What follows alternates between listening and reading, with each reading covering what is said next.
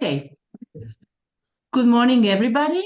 My name is Chiara Lucchini, and I'm part of the big partnership of the CLIMAWEBINARS project. Today, we are inaugurating a public activity of the project, which is a series of webinars that were imagined for establishing a dialogue between our cities, the cities that take part to CLIMAWEBINARS, and the other European cities that are actually experiencing or bringing about similar projects, policies, actions that are very much related with achieving climate neutrality, participating to the Net Zero Cities European network and mission, and then finally making our cities more livable, more capable to adapt and mitigate the effects of the climate emergency. I won't take too much time. I don't want to take longer. I would leave the floor to Matteo Satta, which is the scientific coordinator of CLIMAWEBINARS, to provide you with a very brief but surely very useful description of what CLIMAWEBINARS is. And then we will continue with our guests, with our cities, and with our discussion. I will tell you more about today's discussion after Matteo's presentation. Matteo, the floor is yours. Hello, everyone. Good morning. Thanks for being here for, the partners, but particularly for the ones that are not partners of our project.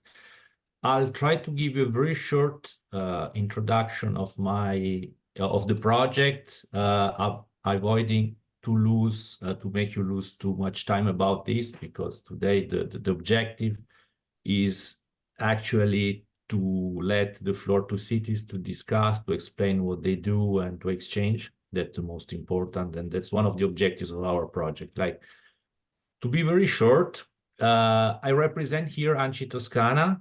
For the non-Italians ones, ANCI Toscana is the Association of Cities in Tuscany. The most famous is Florence, but we have many more, about 280. It's the coordinator of this project that encloses 28 partners, including ANCI Toscana, and 27 partners next to ANCI. We are part of the Climate Neutral and Smart Cities mission. That's also why we have this activity, and why we will go through the themes and the fields that we will be discussed here, as today the city contract, that are strictly related to the mission. And then just to have a quick overview of the partnership, if you look at let's say the part above of this slide, you see the partners that are not cities, if you want, that are divided less or more on three streams. We have what we call R&D partners, that are specialists on various fields, from environment or climate services, design, urban planning, exploitation, and impact assessment, dissemination. Then we have the second row is about the IT partners. IT partners, then we start from DKSR, that is the leader, but we have also two important universities like LIST, or research centers like LIST, Institut Mines Telecom, these are Luxembourg and France. And then we have what we call three specialists. The two of those specialists are driving today. One is Urban Lab Torino, and the second one is Energy Cities, which are city specialists. And then we have Isavo, that is, again, a specialist strictly related to the activity of links and the impact assessment. But the most, I wouldn't say the most important, but an important part of our project are the cities that we have, that are 14. Then this is the peculiarity of this project. We have 14 cities involved. They are mainly divided into groups. We have 8 leader cities, for the ones used to European projects. Leader cities are not leaders in a sense very strict. It means that they are the cities that will start doing activities, doing pilots on the field. And then we have 4 followers with 2 observers, but 2 observers that can become leaders later. These cities are 14. It's easy. They represent 12 countries. This is also the richness, and they're very heterogeneous, one by the other. Some are big, some are very small, some are in small countries, some are in big countries. Also from an environmental and pollution point of view, they're very different. And this is what the project is based on. Now, to go through very quickly the points that the project wants to work on. The idea is mostly to work on a principle that we call circular technology. That means that we do have the technology today to tackle a lot of the issues that we have or we need to tackle in the climate change and climate neutrality challenges, but we do not have a good use of the technology. We cannot use it. And this cannot use it has, let's say, 2 points that are important. One is the behavioral change. I mean, we can have the best technology, possible technology, but if people don't use it correctly, and we don't change behaviors, this will be a bit useless. And the second one is we have a gap between the public and the private sector, then the local authorities with the market, and then we need to close this gap. And to do so, the project has imagined a 5 steps process, which obviously is under stress right now, and we will see how much it will stay as it is. But to make it easy, we move from the definition of the challenges in cities. What problem do you have? What do you need to solve? Where do you want to go? Then we have an innovative procurement procedure that is, by the way, ongoing. And we start having the first results because we're in the second phase, in which cities altogether somehow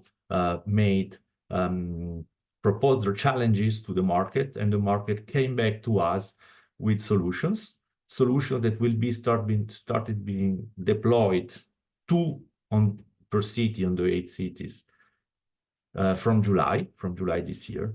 And then we will then deploy for 1 year. Then there is an evaluation, and not just an evaluation, a full assessment of the impact of these solutions on the whole picture. And then once done that, we move to replication based on mentoring of other cities to follow.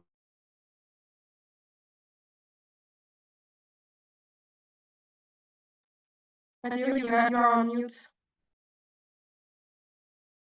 Okay.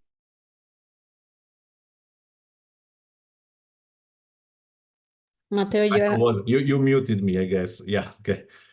Okay, then this is the base of our project. I don't want to say more. The only thing, okay. Only thing is, and I want to say, we have social channels that are quite active, in particular in LinkedIn. And the ones of you that don't follow us, please do also, because we will have more and more in the coming month to show and showcase. And we have also a newsletter that is quite active right now. Once a month, normally we send one with some news from our cities. I leave the floor to anyone else. And thank you very much, everyone, for being here. Grazie, Matteo. Thanks a lot. I will just go quickly through what we are going to do today. As Matteo was explaining before, our CLIMAWEBINARS cities are going through quite an intense and interesting experience that is related to the deployment of solutions that will tackle and will help the cities to become more climate neutral. The solutions belong to different domains. We have energy, we have mobility, we have circularity, and waste management. Today, we will not focus so much into the specific pilots. This will be done in the next appointments of these webinars, so keep on following us. But actually, what we wanted to explore together today is the relationship between specific pilots and wider, larger frameworks for action to go in the direction of climate neutrality. Some of the cities that joined CLIMAWEBINARS are also have also joined the adventure of becoming climate neutral cities by 2030. They are part of the Net Zero Cities network, and they are in the process of preparing their climate city contract. So actually, the question or the topic, the issue that we wanted to explore together today was to understand what's the relationship relationship between big strategies and specific action. And we will do it with 3 cities that belong to our partnership that are Maribor, Differdange, and Grenoble, with 1 city that nicely joined and accepted our invitation, which is Valladolid. Actually, we have 3 cities in this, let's say, panel of 4 that are going through the experience of preparing their climate city contract. And this is the case of Valladolid, Grenoble, and Differdange, where we have 1 city, that is Maribor, that did not go through that, but that is anyway working on the definition of a larger framework, of a strategic framework for climate neutrality. So we thought it was important and interesting to establish also a conversation between cities that are approaching differently the topic of climate neutrality and that are all striving for working on a big strategy and also becoming and being very operational, very concrete in the deployment of specific solutions. Further on, after the 4 presentations, we will have a panel discussion. And actually, we are very happy and very proud because the panel discussion will be moderated by our nice friends from Energy Cities. My colleague Sebastian Oviedo will take care of this second part of the meeting, but also this will be animated by 2 more cities that belong to our partnership. So we will have contributions with questions from Pilsen and from Torino. As you will see, we prepared a number of questions for our lecturers, but also external questions that might come from the audience are very welcome. So we would ask you, if you have questions for our lecturers, to write them down in the chat.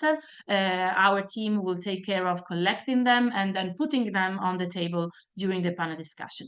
I will stop sharing my screen, and I would leave the floor to Josef from Maribor. That will be our first lecturer. Just a recommendation for all lecturers. They already know, but I will repeat that anyway. You have approximately 10 to 12 minutes for your presentations. So this way we will save some time for the conversation that will follow. So thanks a lot to everybody for your attention, and thanks a lot to Josef for starting this presentation. Chiara, thank you for the microphone. I'm coming from urban planning enterprise, which is shortly called Zoom. I'm working in the field of spatial planning for municipalities, small communities for more than 30 years. But on the behalf of our director, Andrzej Žižek, he can't be with us today. I will present you this topic called circularity, waste management and data, and public participation, which are fields where Maribor and our enterprise Zoom will be working during activities in these CLIMAWEBINARS projects. So let's go to the second slide. I will shortly introduce you our city, Maribor. It is the second most important city in Slovenia, located in northeastern part of our country. It is small or medium-sized. About 100,000 people live here. In the region around Maribor, about 300,000 people. And in the past, we were quite industrial-oriented city, but in the last 30 years, we are shifting to another modes of economy and social life, especially in collaboration with university and some high-tech enterprises, institutions. Of course, they are not only from Slovenia. Quite a lot of them are have headquarters in other countries. The city established quite a lot of partnerships, and during these partnerships, we elaborated quite a lot of projects, which are all based on adopted strategies and programs, which are related to this. I believe you are common with sustainability, mobility, circular economy, also tourism, energy, etc. And on the left, you can see some adopted strategies. which are relevant for Maribor activities in CLIMAWEBINARS project. Let's go on. The next slide is showing the main challenge we all are engaged, and this is how to combine strategies to come to realize and to finish some common actions, activities, pilot projects, etc. And the secondary challenge is how to provide supporting structures to realize that our aim. As I said in the beginning, the focus of Maribor activities in this our common project is circular economy, waste management, especially data, and also engagement of citizens. We are aware of other topics, fields, areas in this our projects, and the whole aim of all our activities, of course, is a good climate impact. Let's go on. First, I will tell you something about circular economy activities in Maribor. 6 years ago, the municipality adopted its strategy for transition of the city to circular economy. It covers some basic paragraphs. That means it describes or defines concept of this transition, then a transition model, organization model, etc., and some strategic areas. And I would outline especially reuse of construction and industrial waste and soil. Then renewable energy sources, regeneration of degraded areas in the city, and collaborative economy networks. In this area, 6 years ago, Maribor built quite a large waste sorting plant. Its capacity is about more than 50,000 tons of waste per year, and the aim of this plant is, of course, to sort waste and to provide fractions of waste for their reuse. We have also quite a successful example, a story. This is community urban gardens in Maribor. They are working now for 10 or 12 years. Let's go on. The second area is waste management. It is included, this topic is included in environmental protection program of our city, which was adopted a few years ago, and its period is about 10 years. Among 9 main areas, there is also, again, circular economy, but this area is focused especially on waste management. Here are the actions, concrete activities. Especially important is separate collection of waste fractions on the source. Then achieving zero waste approach or aims. And again, reuse of some specific types of waste. What are we focused in this CLIMAWEBINARS action in Maribor is to solve a problem of inadequate separation of waste at the source. I'm talking about citizens, about household waste. We have a problem that about 20 to 25% of collected household waste is not properly selected. So it is the mixture is too picturesque, and this is of course a problem for further phases of waste management. The topic of our action is how to use modern computer, IT, etc.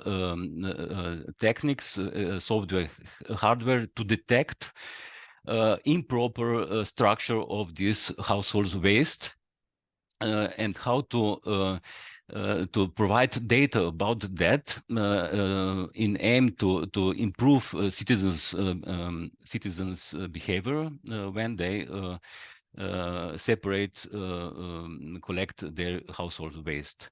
This is shortly the point of our pilot projects, which will be fulfilled in next year or year and a half. Let's go on. The third topic is data. Maribor hasn't adopted its smart strategy yet, but the proposal is here. It's ready almost for 2 years. Sorry, let's go to the previous one.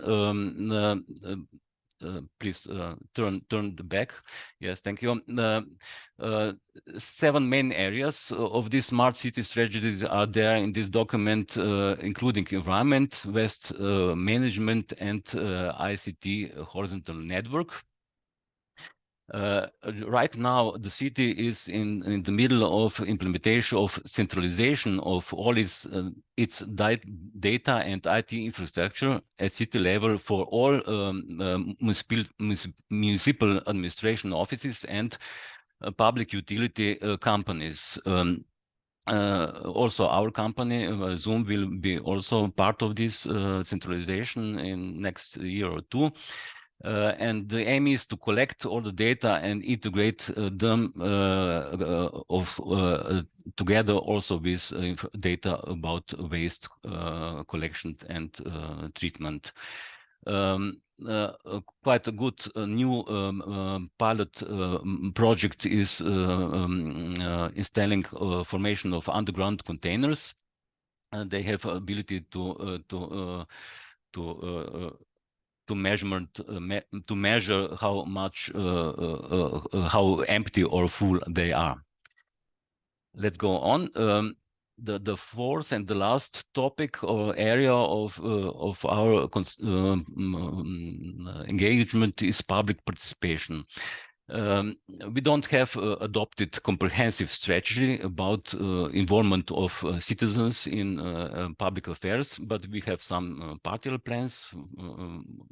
Let's say, for instance, gender equality and local youth program. But we have quite good examples of concrete actions which are related especially to participatory budget. It started in 2020. I was part of these activities, and now we are in the second period. Let's say about 300 or 400 suggestions are collected from the citizens during these activities. We also have a special web portal of municipality called Let's Improve Maribor, and we collect municipalities collecting proposals and initiatives of citizens all the time. And also we have quite good NGO networks in the city, and all this let's say public participation infrastructure will also be used in our pilot projects. So I'm coming to an end. Thank you for attention. Here you can see our contacts, especially as I said in the beginning, Andrzej Žižek is the leader of our activities from the side of our company. Thank you for your attention, and welcome for your remarks and questions if there will be any. Thank you. Thank you very much, Jose. Thank you. Thanks a lot. So I would briefly give the floor to Diego, that will introduce us to what Differdange is doing. Hello, everyone. Just a second, Diego. Okay, Francesca, thanks.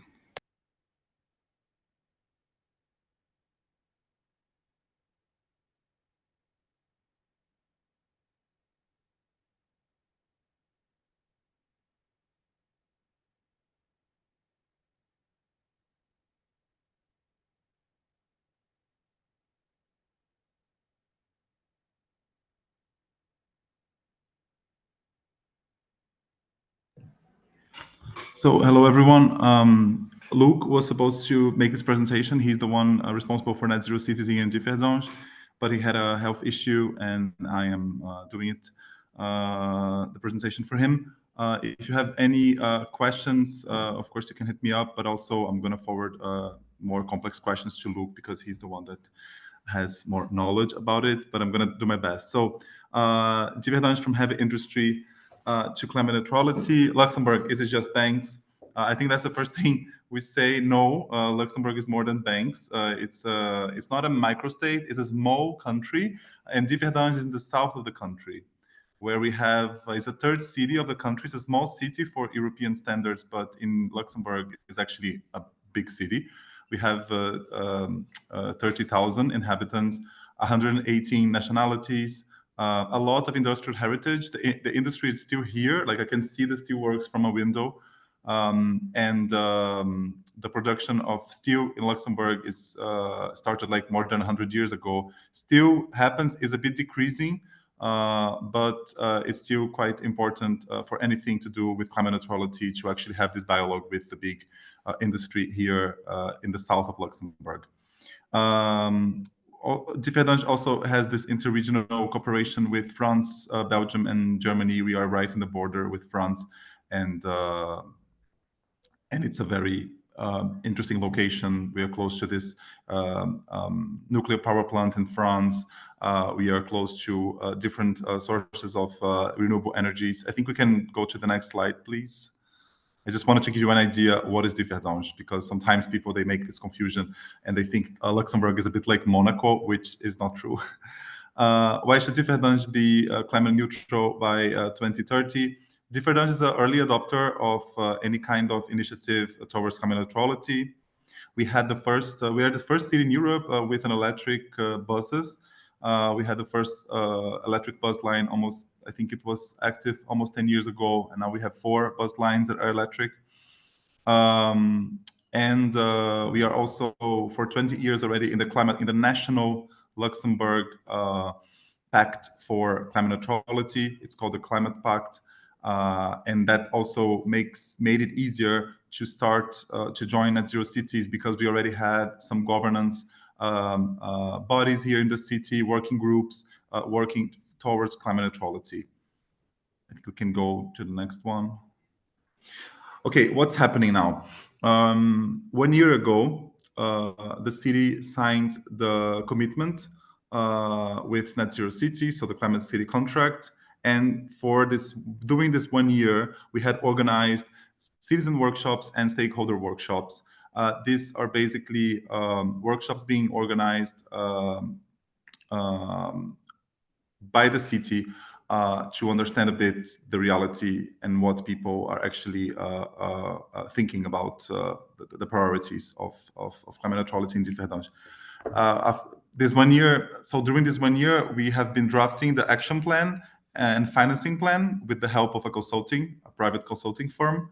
I think that's a very important information for cities going through the same procedure.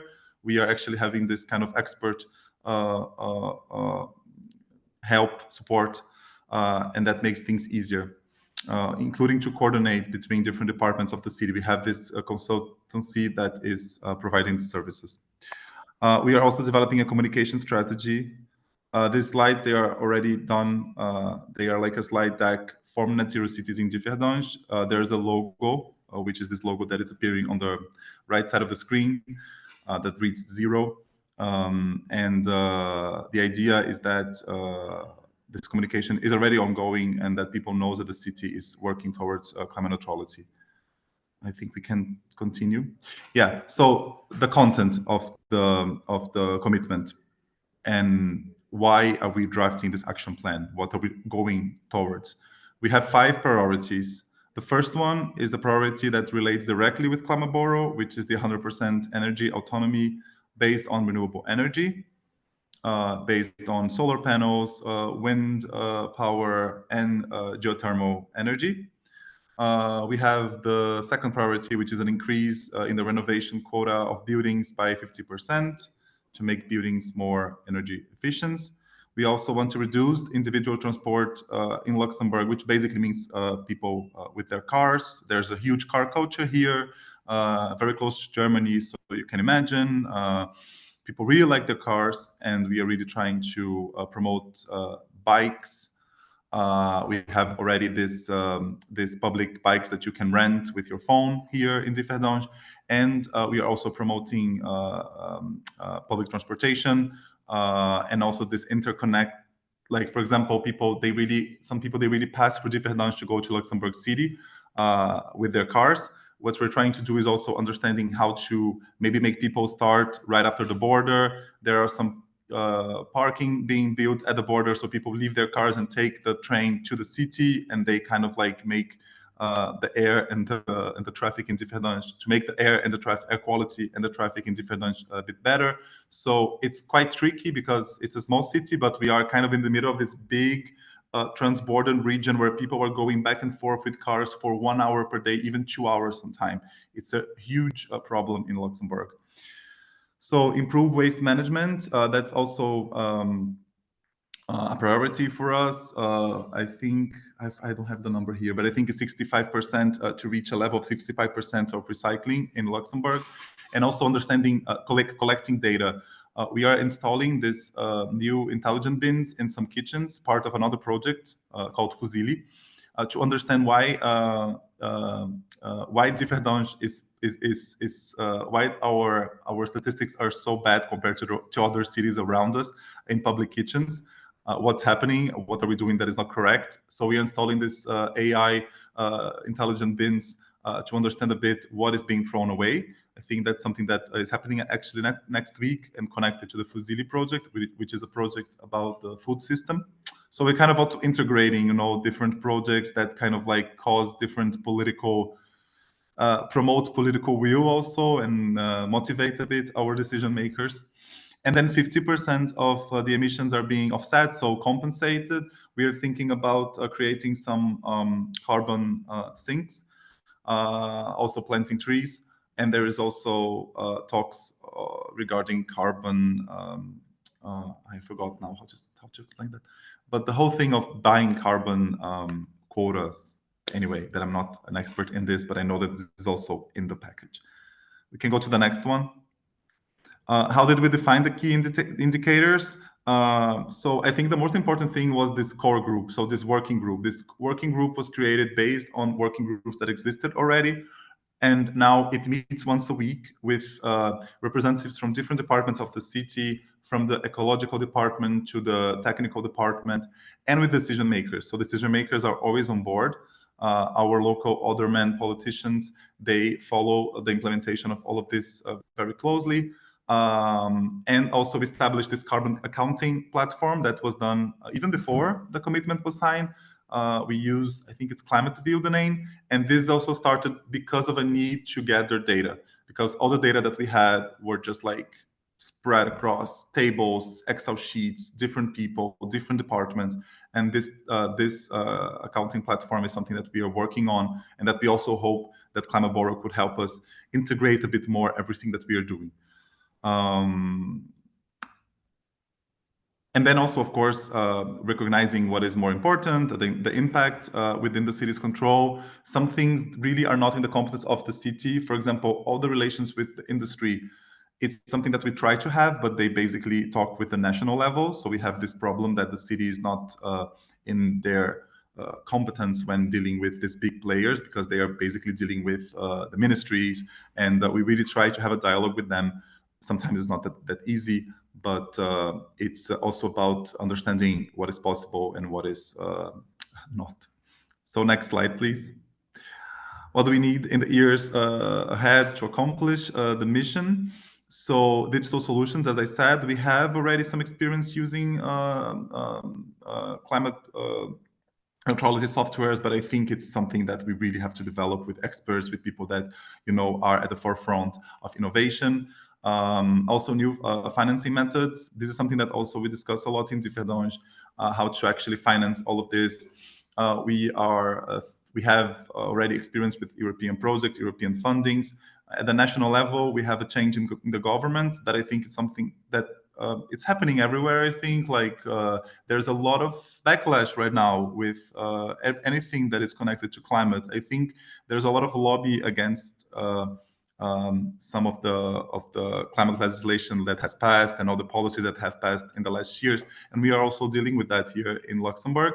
The government is becoming a bit more cautious to promote anything that is green.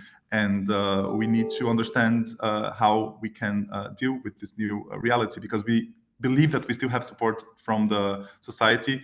But I think it's happening everywhere, also at the European level. I think it's fine. I think next slide. Yeah. So how ClimaBorrow, I already mentioned ClimaBorrow a couple of times. And I think that it's important to mention it again in a more succinct way. We are basically experimenting with ClimaBorrow. The whole thing with the international European procurement is something very interesting for us. Here in Luxembourg, procurement of municipalities is done based on national rules that sometimes don't really make sense for the municipal level. And I think this experience with ClimaBorrow is really showing us that it's possible to work with people across borders all over Europe. And I think that's something that is really, really good, and it really makes a good impression. To have the stronger network of cities and associations also puts us on the map. And I think that's something that is used also as an argument. You know, if this city is doing why we are not doing? Look at what's happening in Maribor. Look what's happening in Cascais. And to use these examples and to show pictures and to, you know, I think it also really makes a difference with decision makers. So I think that was my message. Do we have another slide, or is it the last slide? No, thank you for listening. If you have follow-up questions, as I said, you can, of course, contact me, and I hope Luke's going to be feeling well in the next days, and we can get back to you. I'm sorry if I spoke too fast. I try not to, but it's a bit impossible. Thanks a lot, Diego. It was great. Anyway, so thank you. Well, we change our lecture, but we also change a little bit the size of the city we talk about, because in fact, with Grenoble, we will not talk about a metropolitan authority, but about we will not talk about a municipal authority, sorry about that, but about a metropolitan authority, which is approaching actually the same topic of delivering a climate city contract, but of course with different kind of issues and with emerging questions that we thought it would be very interesting to discuss with you today. So Mariam, I would leave you the floor. Thank you so much, Chiara, for the nice introduction, and good morning, everybody. My name is Mariam Gallet, and I am the project manager for the ClimaBorrow project within Grenoble-Alpes Métropole. And Mariam, we are hearing you double. Yeah, we hear you double. I don't know if you have, before it was not like that. Okay, so I'm not so sure if I change. Is it better like that? No? All right. I don't know. So you should turn off your speakers or something like that. But otherwise I cannot hear you. Maybe I'll go for my headsets. Maybe in the meantime, if you can quickly put the slide, and then sorry for that. I hope it will be better. Don't worry, don't worry. We will start sharing your slides as you go for your headphones, and well, in the meantime, I can tell you a couple of words about how we imagined this program and how this is framed into the project. Because in the beginning, I was telling you that we imagined this series of webinars as a public activity of ClimaBorrow. But to us, this is also very much connected with one of the very roots and souls of this project, which is mutual learning, which is setting up and preparing knowledge for cities. So this is not only an occasion for us as a partnership to present what we are doing, but also very much an opportunity to learn from each other, to learn from external partners. So again, I invite you to write down your questions or your comments in the chat, because this is very important to us, not only because this way the webinar is going to be more interactive and more participated, but really because we need to establish a conversation with external partners, but also with actors that in different ways might be taking part to this big conversation that's taking place at the European level concerning climate neutrality. Mariam, I see you with your headphones. Is it better? Definitely, much better. Perfect. Okay, then great the floor news. is yours. Thank you so much for the introduction, and good morning, everybody. I'm Mariam Gallet, and I am the project manager for the CLIMAWEBINARS project within Grenoble-Alpes Métropole. And today I'll be talking on behalf of Ylva Broche, who is the project manager of the project, the 100 Climate Neutral and Smart Cities by 2030. So the same way as Diego, I'll be trying to address this subject the better I can. I've been having a briefing from her, so normally should be fine. And so just going to the next slide, just to give you a bit of context, Grenoble-Alpes Métropole actually has a long history of working with climate-related questions, and we are very proud to say we actually we are the first French metropole which produced a climate plan in 2005. So it's been 20 years already. And actually, the climate plan for us is a document which sets our objectives, which also provides a program of actions and also a monitoring plan. So as you can see, it's kind of like already setting the scene to say it's quite similar to the climate city contract. And so we are actually using this document to be participating, to increase our citizen participation and to have some stakeholders involvement. And actually in France, since 2005, the law has evolved, and actually it now imposes to have all metropoles to have this climate plan. And it's been revised every 6th year. The last time it was reviewed was in 2020. So we are now actually in the process of reviewing this contract once again, this plan once again. We are part of this European project, the 100 Climate Neutral and Smart Cities. And we are actually in the preparation of the Climate City contract, and we are planning to submit it by by September this year. And going to the next slide, actually giving you more context for France. Maybe it's the same way in your country, but in France, we have this Groupe Miroir, which actually is a collaborative group of 9 French cities. It is led by our Ministry of Transition to facilitate the exchange between cities. We have meetups, webinars, discussions, and sharing of data. And for this year, we had 3 work cycles. The first one was on indicators. And for us, it was to compare actually the CCC with our climate plan. I mean, because maybe just quickly on the Climate City contract, as you may know or may not know, actually there is 3 parts: the engagement part, the action plan, and the financing plan. So for us, we also have indicators in our climate plan. And so we actually had to make a comparison between the two.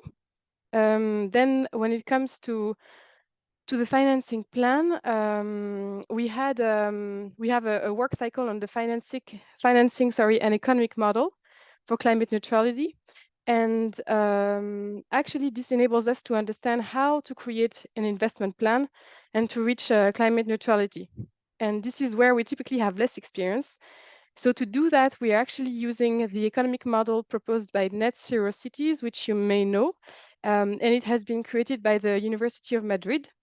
It's a model that works this way. So you basically first have to populate some data within the model and the envisaged action that you have. And actually, that's where we are at the moment in using this model. And so afterwards, the model provides you the results on carbon reduction that you're reaching, the costs per player, so not only the public player, but also the private ones, and also what additional actions you should be making to reach the climate neutrality, and so how much these action costs. So it's a very powerful model. And with the Groupe Miroir, we actually have the chance to get access to other cities' data, because as you can imagine, there's a lot of data to be feeding in the model. And so the chance that we have through this model is actually, through this Groupe Miroir, is to be able to use similar cities, cities that are similar to us data. And so for upcoming 2040, for this spring, actually, we are going to have a specific topic, which is the connection between research and cities, also very important, where this is where a topic where we already are used to be doing this kind of work, but it's going to be an interesting thing where we actually probably can share our side, on our side this time with other cities. So coming to the next slide, when it comes to obstacles and opportunities. So I'm going to be sharing what is for us, the Métropole of Grenoble. Just to bear in mind, we are 49 communities, municipalities, so it's quite extensive. And then also, this is very specific to the situation in which we are, where we have these climate plan already in place. So the first one for us, the first obstacle actually is to define the role of the CCC in relation to the climate plan. So it actually has taken us a lot of time to figure out what will be the benefit from the CCC if we already have a climate plan. And what we decided actually is to use the elaboration of the CCC as a way to explore scenarios for the climate neutrality before 2050, because actually our climate plan defines 2050 as the deadline, and now we are engaged for a bit earlier. So actually it enabled us two things. The first one is to rethink some of our action, and I'll take a brief example of the project that we have actually in place. It's actually a quite important financing plan where we provide funds to citizens to be renovating their houses to make them more climate neutral friendly.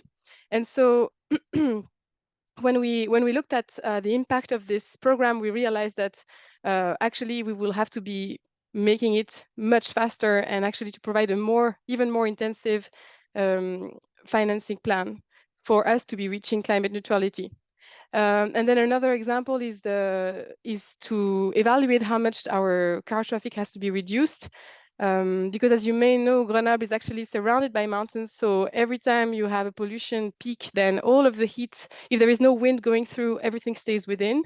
And so by looking at the deadlines, again, we realized that the low emission zones that we have put in place are not enough, and that we'll have to be doing much more actions to be climate neutral. Then the second problem that we faced is how do we align these two documents, right? So basically the climate plan is imposed by the law while the CCC is voluntary. And the major difficulty for us is actually to align the two horizons. So the climate plan by 2050 and the CCC by 2030. And actually politically 2030 is actually a touchy timeline. So we're actually working on that with our elective representatives. The third point is actually the heavy elaboration process imposed by the EU. So there's a lot of heavy documentation to elaborate with a lot of specific demands on data, description, action plans, economic situations, and estimations. And actually the reason is quite, I mean, it's probably to guarantee the quality of a good work and to push cities to work systematically on climate neutrality. So it's a lot of work, but also for very right reasons. And we are trying to make our best. And then the last part is that our last obstacle is actually that so far we have not received any financing. So as you may know, being part of this program actually enables you to candidate for a specific program within this this scheme. And so far as we haven't submitted it, the CCC yet, and so on, we didn't receive any financing. So we are eager to candidate to and get and receive some financing. But then when it comes to opportunities, for us, it's a way to connect to other cities, have their best practices and share their knowledge. And secondly, it's also a way to develop the economic taste that I mentioned earlier through models that are developed within the project. And that has really been it is very useful for us. All right, so going to the next slide, actually it was a very interesting exercise. By preparing this meeting with Ilva, we actually thought a bit more about, okay, how do we make the Climate City contract work with CLIMAWEBINARS and how can we leverage it? And basically, for us, CLIMAWEBINARS has been is a way actually to test at a small scale on an exemplary environmental project, which is Grand Alpes, which is a major urban project for us. And so, just to give you a bit of insights, we are actually working on creating a model which actually will enable us to plan the cities of tomorrow by making it resilient when it comes to the heat waves. And so we are going to test it at Grand Alpes, but the idea behind is actually to scale the project at the metropole level and to feed it in the CCC and use it in the action plan part of our CCC. So going to the last slide, just the key takeaways for cities participating in the program. Actually, the CCC is a good way to develop an economic case and share and discuss with other cities. But for cities which are not in the program, Eva really mentioned to me that she finds it very important and helpful to check out the CCC as a method to structure and initiate your climate neutrality journey, as actually Maribor is doing. And it can help you to clarify the objectives that you have, to plan citizen participation, which is a very important aspect of this program, because without citizens, you cannot go very far. Involve and engage with private stakeholders, because again, they are very important in making in your climate neutrality journey. Clarify which pathways and actions to prioritize to reach the climate neutrality, and clarify how much will the city finance climate neutrality, optimize the public spending and the private investments. And so in the Net Zero City platform, even if you're not part of the program, you can access actually to the best practices, the CCC already validated, and the templates of the CCC. So that's an advice and maybe an encouragement from our side. And I think that was here. Thank you so much for your attention. I hope I reflected it the best way, and open to any questions. Thank you, Mariam.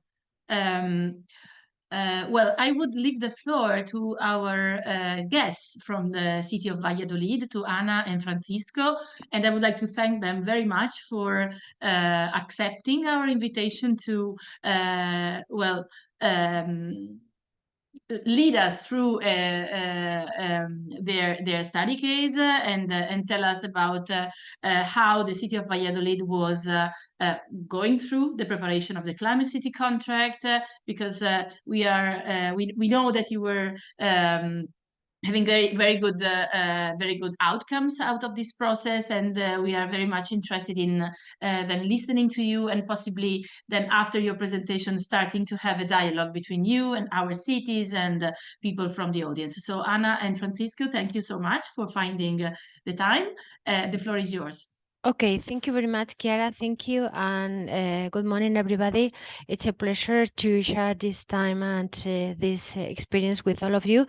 So please feel free to contact us after the seminar or at any time, because you will have all our contacts. So first of all, I would like to introduce a little bit Francisco and myself. We are working in the municipality of Valladolid, and we are quite focused on the mission Valladolid city, and we have been working for this CCC in the last, I would say, 14 months.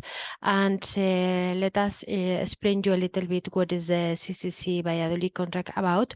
And as I said before, please feel free to contact us for any questions. So first of all, we are very proud that we get the label in October. So now, as all you say, it's very important for the city to start with the communication dissemination plan and all around to ensure that all citizens and the stakeholders are involved in this mission, which is really a huge challenge for the city.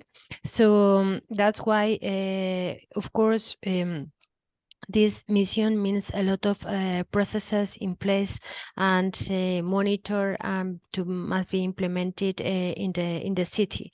But don't forget that this is going to be a long way, and we need engagement for all of us, from citizens. As I'm very glad to hear that from all our colleagues in other cities, the citizens participants is one of the key areas that we are all focused on. For example, Grenoble and from Luxembourg and all our colleagues. So we are very conscious that this is one of the key pillars of the project. So just to give you a quick picture of what is the city about, this is you can see a nice picture from our city center, and Valladolid is a quite, I would say, quite a medium big city. We are close to 300 inhabitants, and almost middle of the inhabitants we are located in the metropolitan area. So you will see here what is in figures, what is our location. We are in the very middle in the Iberian region, so we are around 1 hour by speed train from Madrid to Valladolid, and we are very close to the north, and we are very, I would say, convenience location from all the cities and industrial areas. So we have quite interesting industrial, and also we are quite focused on a lot around historical legacy, where, as most of you know, we were for 2 centuries the capital of the country. So that's why we have a very strong historical legacy and quite powerful. And also we are quite cosmopolitan, and as I said before, the industrial business is quite powerful in the city.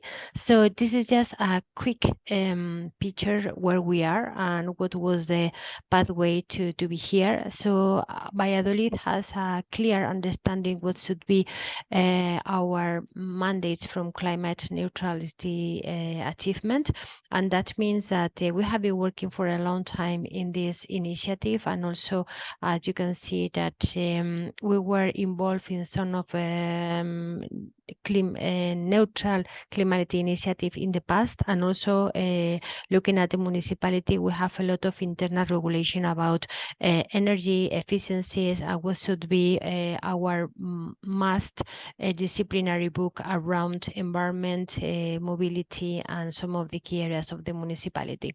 So to be a little bit straight away to the point, so we had the mission level in October 2023, and we have now implementing the CCC to engage the citizens and to be in the 2030 as a neutral city. So as I said before, part of our main strategies are already implemented in the city from in the last, I would say, from 2015, and is all around mobility, digitalization, what must be the action plan in terms of the urban agenda, and also the circular economy was quite implemented in the last 10-15 years. But of course, at the moment that it was implemented, now it has a strong evolution, and we are quite focused on the climate change strategy in order to start working with the key stakeholders. And we have, for example, a key automotive industry, for example, have Michelin and Renault, and is part of the automotive industry in the city, and we are proud that those industries are quite ahead in the climate environment, so they are quite neutral, and that help us the city also to have that education and that culture around what should be the climate change, how to mitigate, how to ensure that the following years we will be ready to have this climate change implemented. So in terms of I would like to highlight a little bit about the CCC. So our economic model is split in different modules, and you will see that first of all we have defined what are goals, what should be the priorities, and of course what should be the tiers that we must be focused on us around mobility, refurbishment, and the industry environment that we need to develop, and ensure that we are defining what should be the approach and the help that that industry from financial, from strategy for city and from municipality perspective, they need to really ensure that they are on board and to have this final achievement. So you will see here what is the part of the CCC, but to summarize the content is as I said before, to have the quiet organization in order to coordinate, to integrate, and to ensure that we are all following the CCC.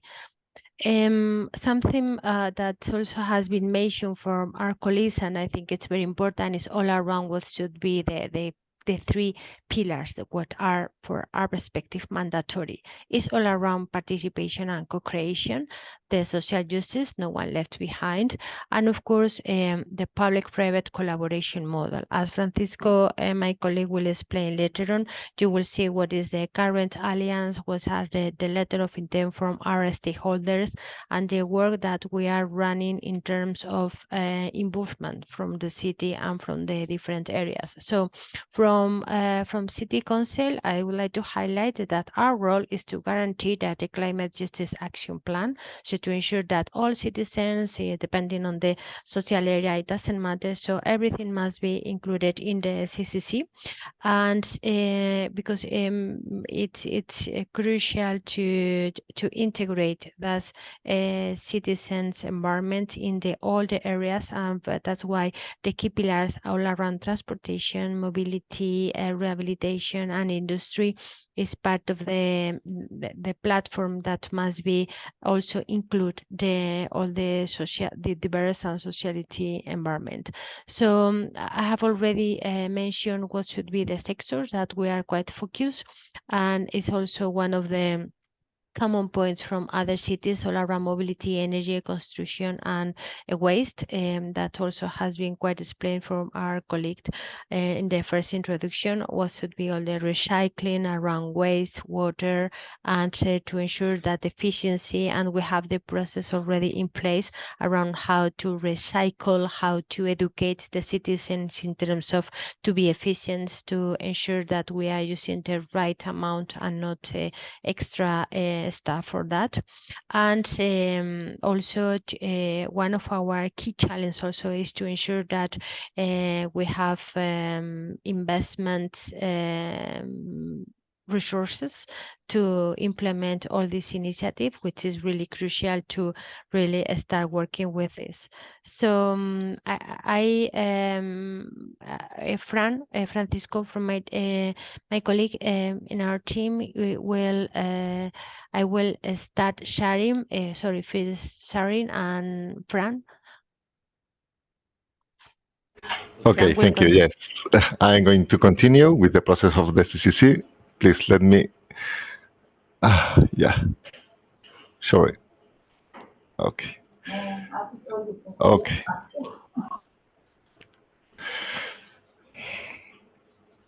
Yeah.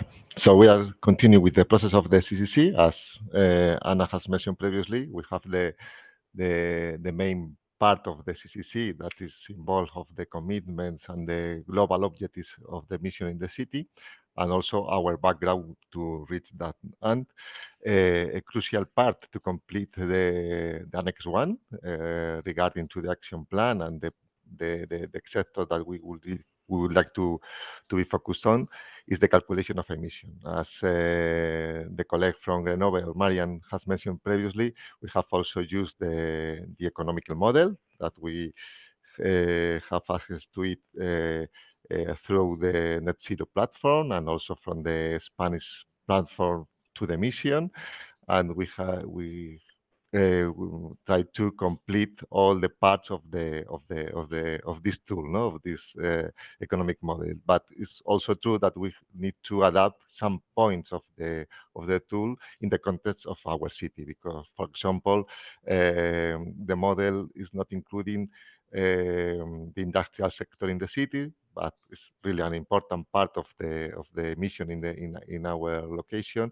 So we have to adapt a little more about that, no? And the model is a systematic approach in order to have a really good account of the mission in the city and try to prioritize what is the main sector that we need to reduce and try to put action in this point. No, you can see that we need to be focused on the industrial sector, that is included in others, but also in buildings and transport are the main objectives in our city.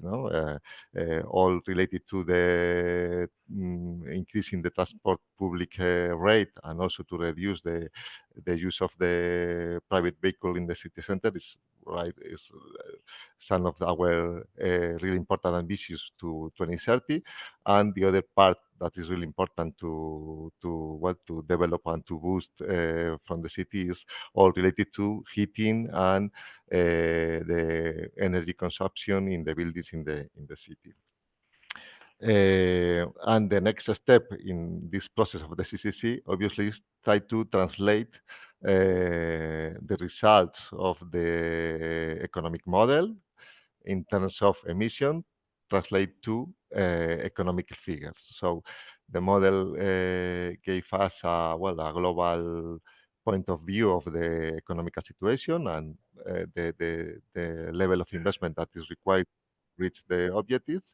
And the first important conclusion is that we need to taking in account that the most important part of the economical resources that are required has to come from the private sector, no? Because obviously all the actions that the council and the public sector could develop could represent only around the 15% of the total action of the cities of the CCC. No, so it's really important to get this involvement from the private sector and try to support with some different financial mechanisms to reach this objective. So we are right now working in that point. No?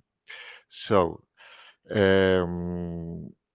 as we have seen that it's really important to take in account another part of the city, we try to describe in our CCC our governance model that we need to implement in the development of the mission in the city. No, so we try to define this concept of the mission, the local mission platform, that is this common space in order to put in the same line all the stakeholders related in the process, obviously public sector, with the local administration, but also with the national and regional governments, and of course private sector in the city, that they need to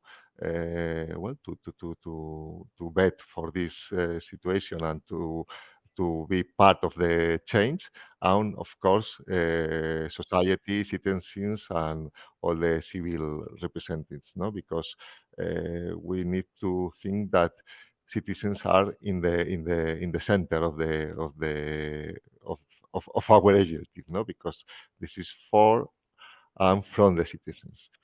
And it's important to continue with our relation with the academia sector, no? Here in a local context, we have a lot of relation with the university and other research centers that they could support us to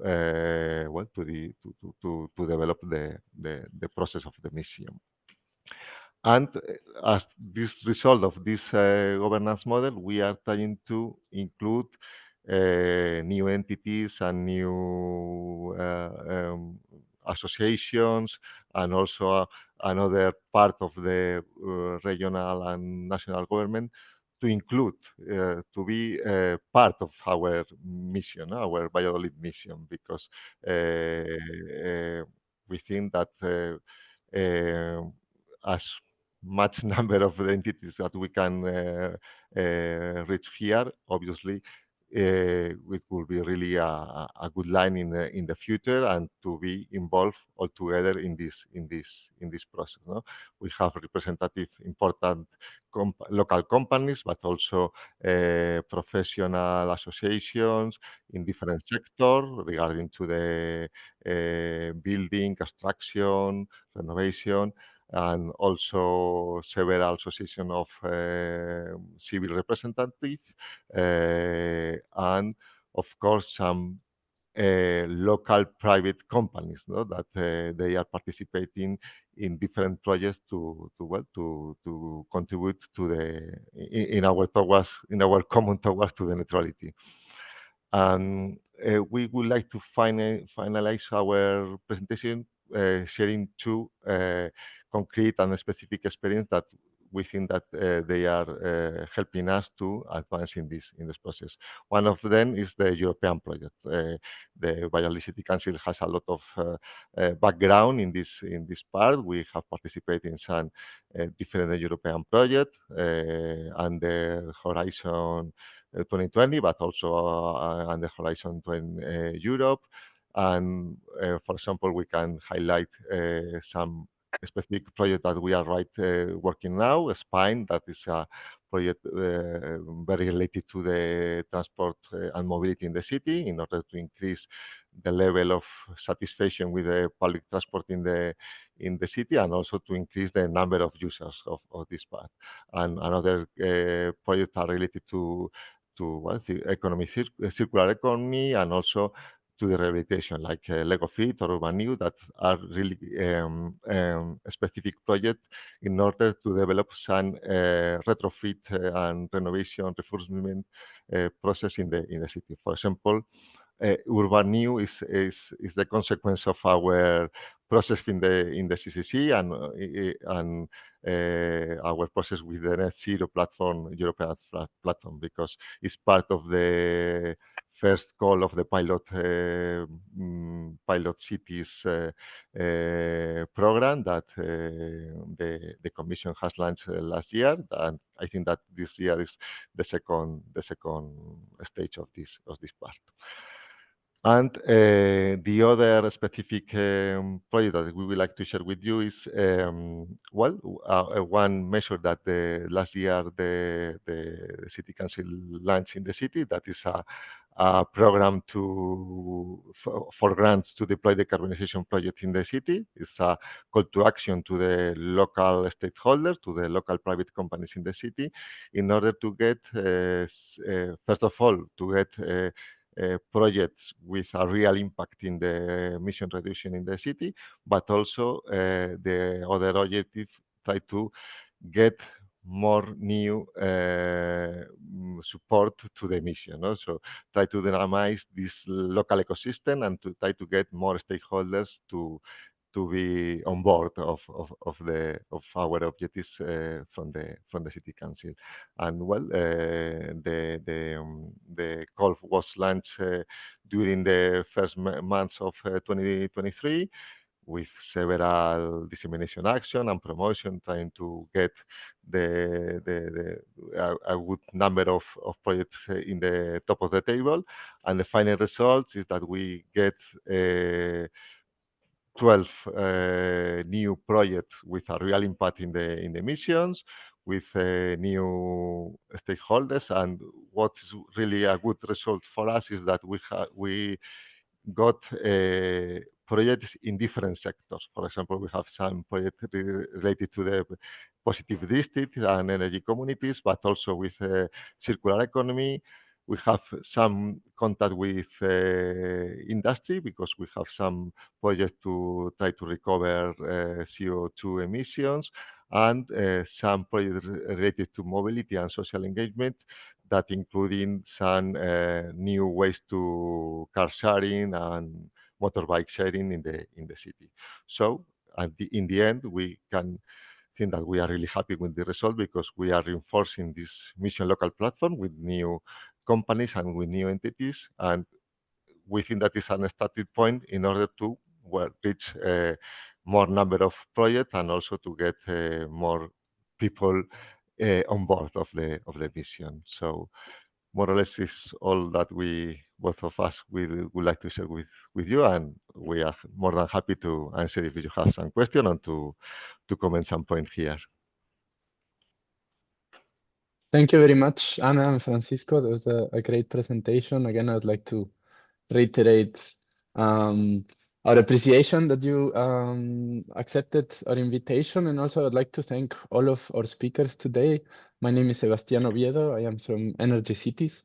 And as we transition a bit into the debate part of this of this webinar, which we're very looking forward to. We think that as it came up in many of your presentations, the possibility to have knowledge exchange and experience exchange across cities is clearly fundamental to tackle these challenges. So in the interest of that precisely, some of our cities have been preparing questions that they would like to ask our speakers, to ask the panel. And at the same time, I see that there are several questions that attendees have put on the chat, both from within the consortium, but also beyond. So on the one hand, our colleague Jean from Torino Urban Lab will be collecting those. And on the other hand, we will have cities asking the questions that were prepared in advance. And of course, we welcome any other new questions. What we would like to propose is that we do 2 questions. We take 2 questions and then we do a round of answers. These questions might be directed directly towards someone, or they might be more general ones. And to warm up and to start with the round of questions, I would like to give the floor to our colleague Martina from Pilsen and Laura from Torino, who will be asking maybe the first 2 questions before we go into a round. Martina, the floor is yours. Hello, Sebastian. Thank you very much for giving the floor to me, and I'll like to kick off the first question.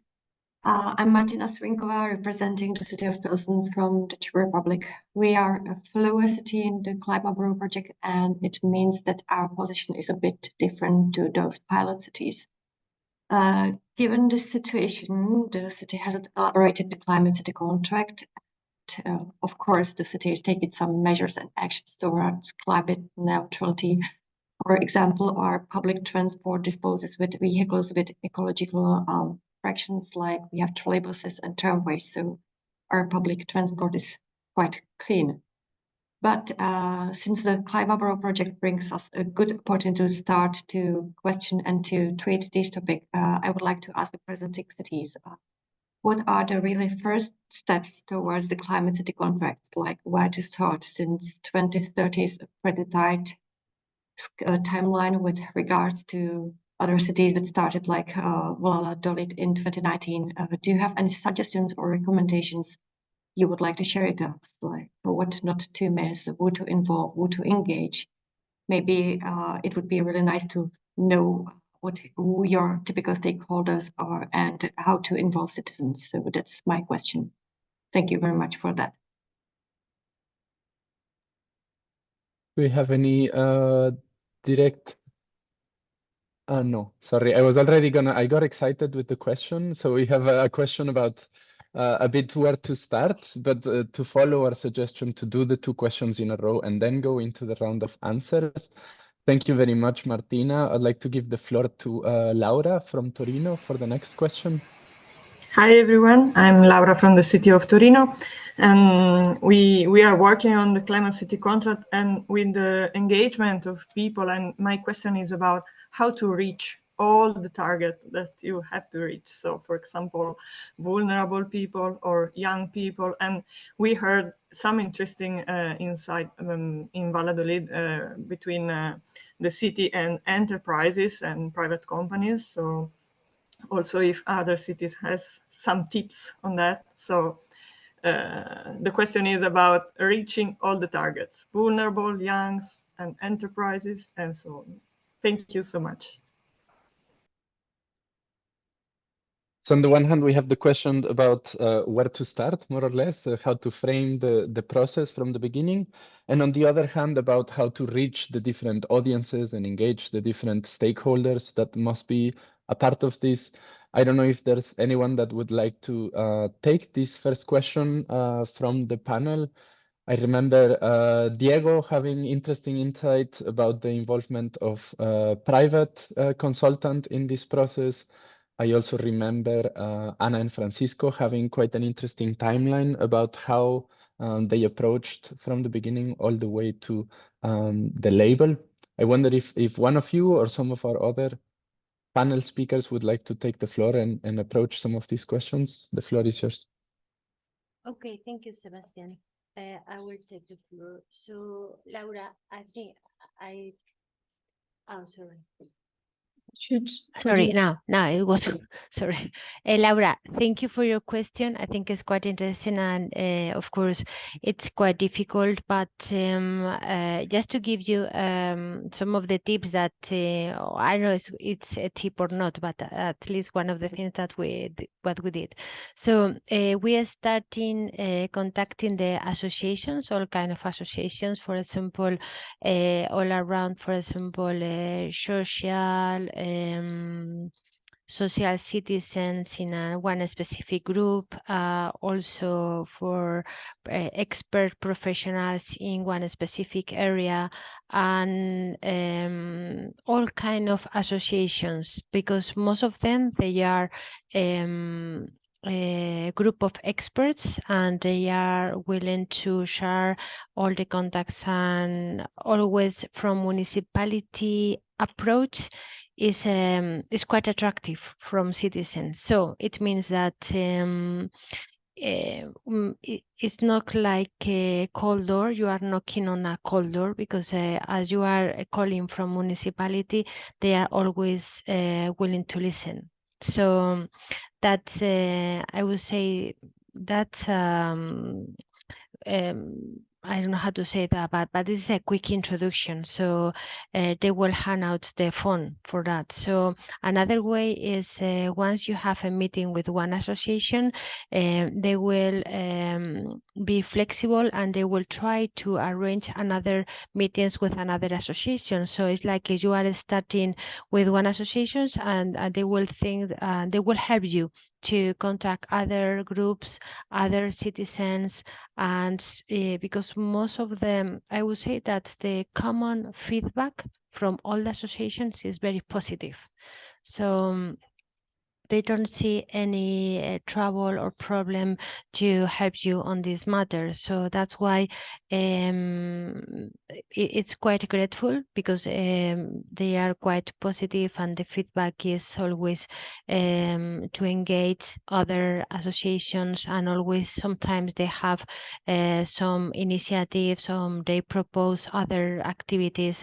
So my feedback is also, and my invitation is, try to contact as much possible as you can, and starting from one point, they will link to another associations, and everything is going to be is faster than it seems to be now. So I don't know if it's a clear tip or not, but one associations will drive you to another one, and it's quite and also because you shouldn't focus on only in one specific or typology of association. You need to contact all of them, and they are also, maybe if you can't, for example, to organize an event or arrange a meeting with all the associations. It's like a boomerang. It will come back to you again with all the engagements, initiatives that you want to plan or to execute. I hope this helps a little bit. Thank you so much. Maybe I was wondering, Jose, you also had an interesting comment about how one of the main pillars was engagement, actually, of citizens, and how to provide structures for that. I wonder if you would have some insights on this as well to share. Well, about engagement of citizens, I think it's important that municipalities should establish some kind of green office. That means a person who would provide direct communication with interested citizens. We don't have such a green, let's say, green office in Maribor, but we together with my colleagues, we were thinking about that in last 2 or 3 years. But some NGOs networks in Maribor provide such communication channel for citizens. but I think this is not enough. This communication channel with citizens should be overall or public at the city level, not only at the level of NGO activities. And I think that the subjects who would be behind such green office should be not only municipality administration and NGOs, but also university, then economy sector, enterprises, and development agencies. That means behind such communication channel, there should be all main parties in city life. Politics, administration, education, economy, civil society, and innovation sector. I can tell you something more also about this subject. What I miss in Maribor is not only such green office, which should be providing communication with citizens, but also there is empty chair of a body who would represent all the development efforts of the city.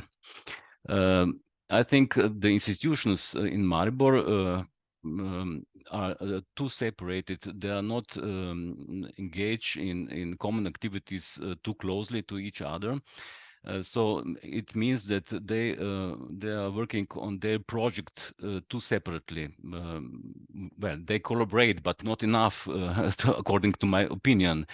And the reason is that there is no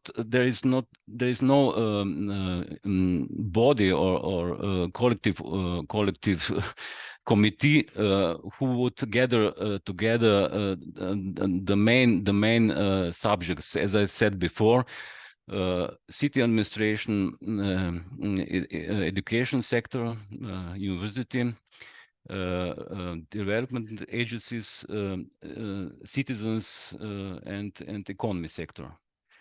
I miss such comprehensive organ which would take care of overall development of the city.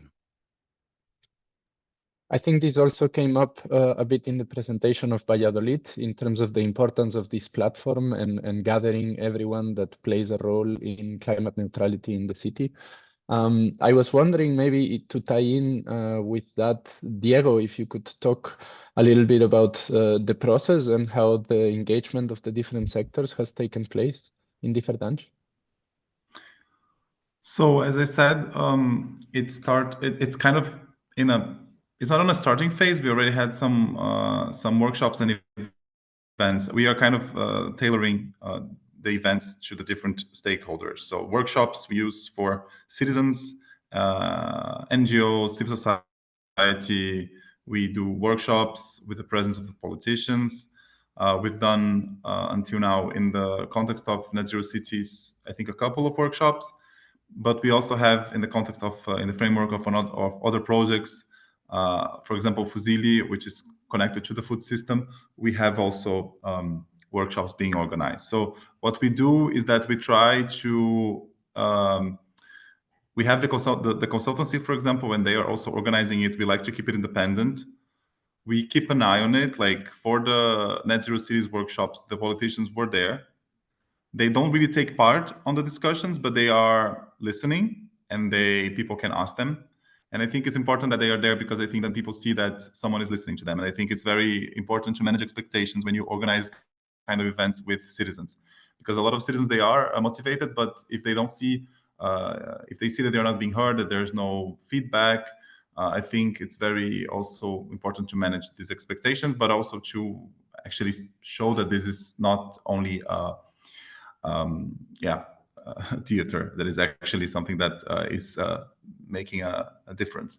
For the industry, we had last week the first, it was called the first social economic forum of Diferdange.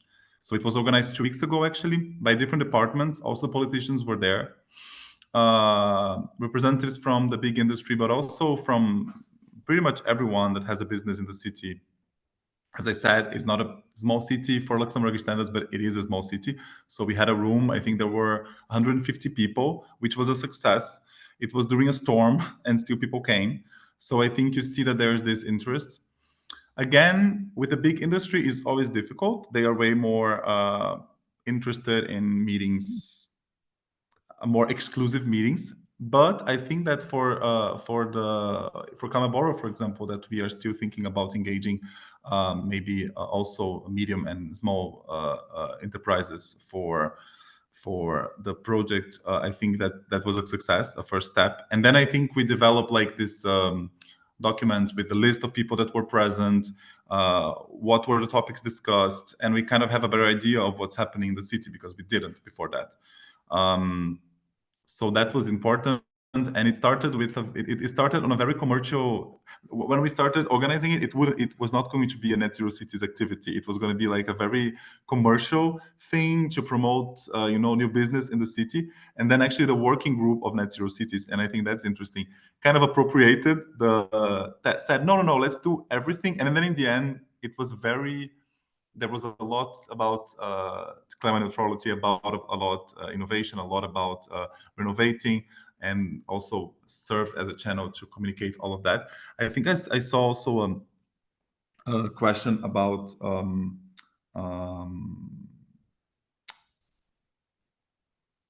I think it was Graham. He asked about the whole thing about Differdange being a small city and how this plays a role.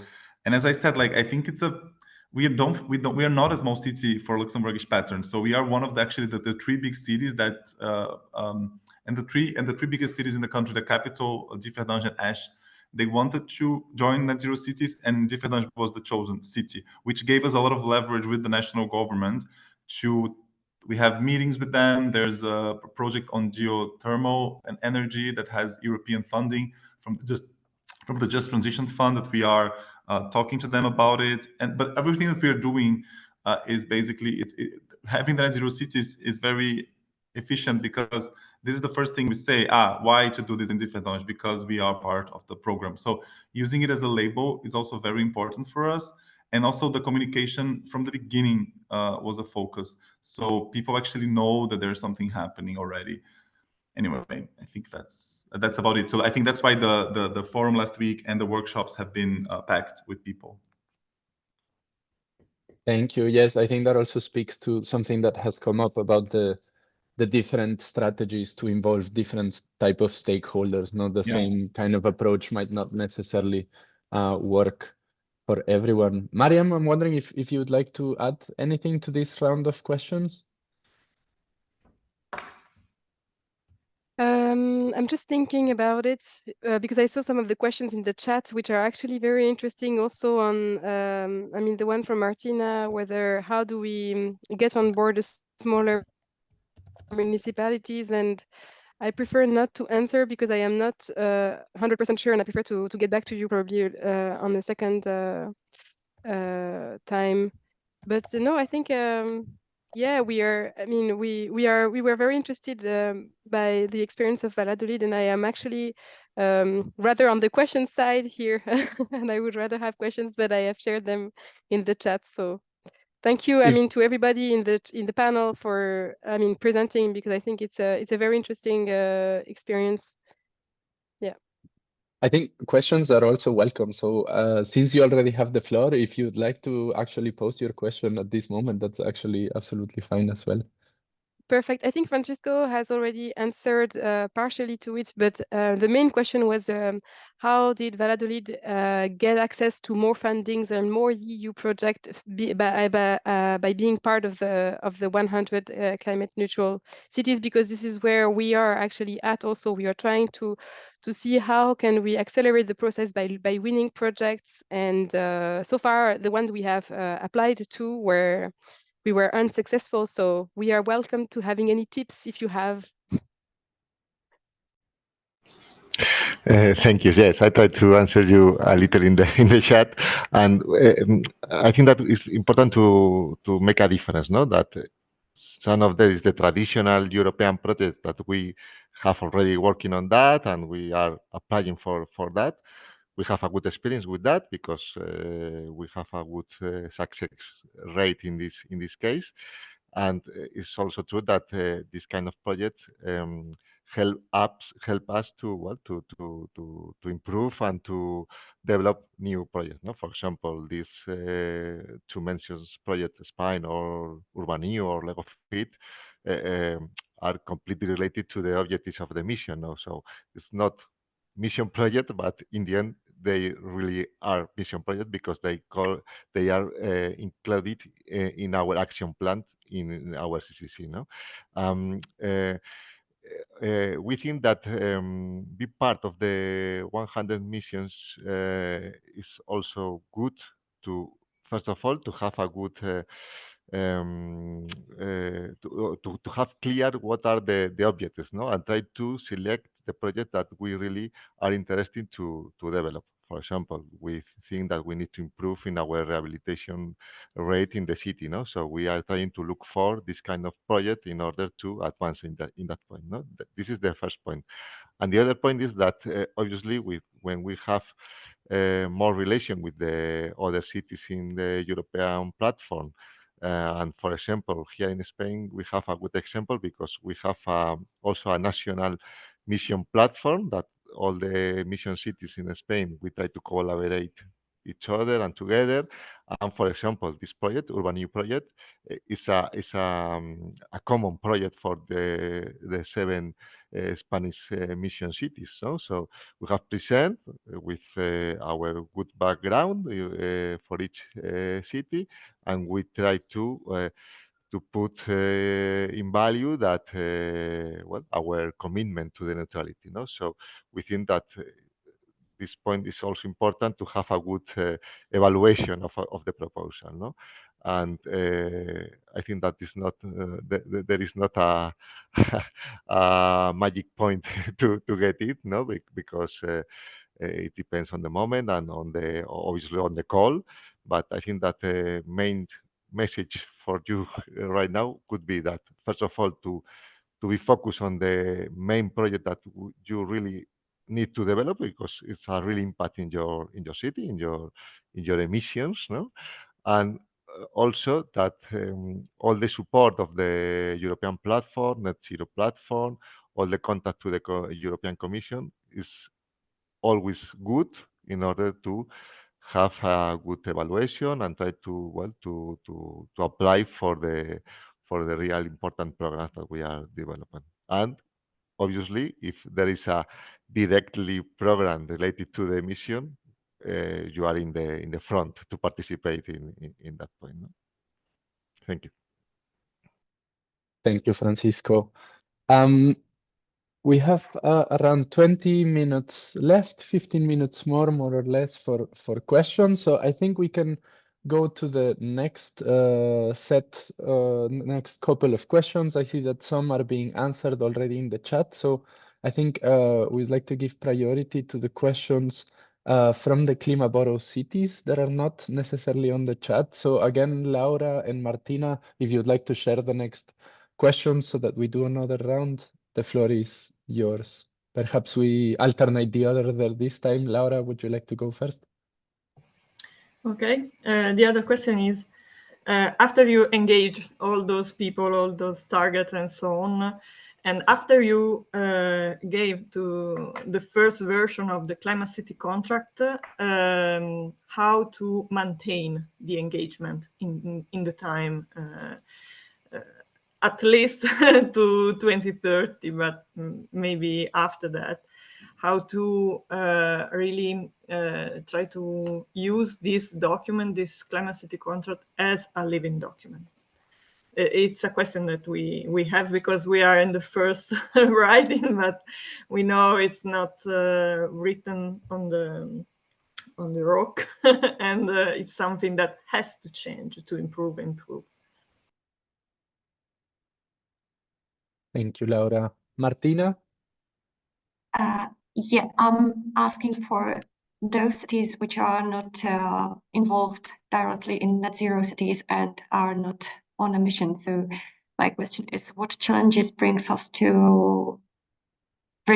to us, given that we are not involved in? And if you have any strategies, tips, or know how to tackle these challenges, that would be interesting for me. Thank you very much.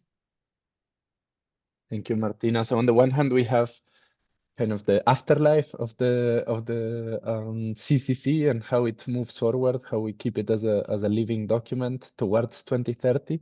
And on the other hand, we have perhaps the other end of the spectrum of how to actually approach this without necessarily being part of the mission, if you would have any tips there. Mariam, I think I remember you mentioned something in your presentation about how resources are still useful even if you're not part of the mission within your presentation. I wonder if you'd like to tackle that one. I'm sorry, because you were cutting. Can you say, like, I was mentioning about resources somewhere in my presentation? Yes, so the question, I was connecting a bit Martina's question about cities that are not necessarily in the mission and what challenges, but also maybe what opportunities you see for them to still tackle issues and ambitions of climate neutrality.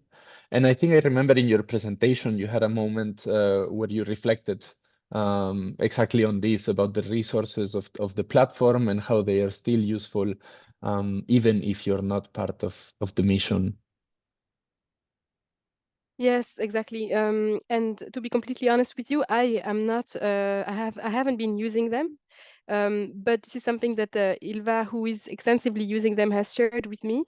But more generally, regarding the cities which are not part of the program, there is a lot of different ways to be using this framework within your cities. And I have shared like a couple of points, but maybe I can come back to them more in details. For example, just to clarify the objective in the emission reduction, this is an important thing, and that's the first step actually to say, okay, how much do we want to decrease our emission by? Is it before 2030 for fossil fuel, and then or before 2035? Then when it comes to citizen participation, one of the things that is very interesting actually is to read the CCC of ambitious cities, and Ilva mentioned the one from Stockholm and Valencia, who has been really inspiring for them, and how they work on social innovation projects. This is a specific aspect of these CCC. It really details this aspect. Then involved and engaged with private stakeholders. I think we really mentioned that, and Valladolid is very an inspiring city for this, but the engagement of the CCT is supposed to be signed also with the principal stakeholders in order to involve them in the work towards climate neutrality. And it is important to actually first, let's say, spot which are the major industrial emitters in the territory and involve them very early in the process. Clarify which are the pathways and action to prioritize. Focus on the major sectors of emission, of course, such as traffic or heating, actually for heating of the building. That's the part for Grenoble, but that can be applied also to other cities. Clarify, yes, how will the city pay for the climate neutrality? And actually experiences show that only around 10% of the emission of a city can be financed by the city administration, and the rest actually has to be financed by the private investments. So that's quite of an important aspect. And another example is that the city will not pay for the renovation of the buildings of the city or changing the fossil fuel car to electric cars. So this has to be paid by the private person. And again, this is where, yes, citizen engagement is important. So I know it was not really answering specifically to the question you asked, but this is, I think, the major pillars that we have identified as being important for the cities which are not in the program. And I think going through the platform will be useful. And I'm not so sure how they can also, the platform can also help in, for example, using the financing plan, which is one of the most important, I mean, one of the very strong and pillar that Valladolid has also been mentioning, and that probably cities are not really used to be working with. But yes, I think this can be really useful. I hope this answers to the questions. Yes, it does. Thank you very much for that. Thank you, Mariam. And I also see that in the chat, we have several comments, including that from Denise and Shan, that of course the Net Zero Cities platform is actually available as well, as Mariam was also mentioning, for cities that are not part of the mission, and that specifically there's the specific knowledge repository where you can access the approved CCCs, the templates, best practices, and etc. So that even if you're not officially within the mission, you do have access to all of that knowledge and resources that might also help you in the path towards climate neutrality. So thank you so much for sharing that as well in the chat. And the second question about the afterlife or approaching the Climate City contract as a living document and how to move forward once that it has been approved, once you receive the label. I wonder if one of the more experienced advanced cities in the process would like to comment a bit on their approaches to that. Maybe Valladolid or Differdange as well. Okay, from Valladolid perspective,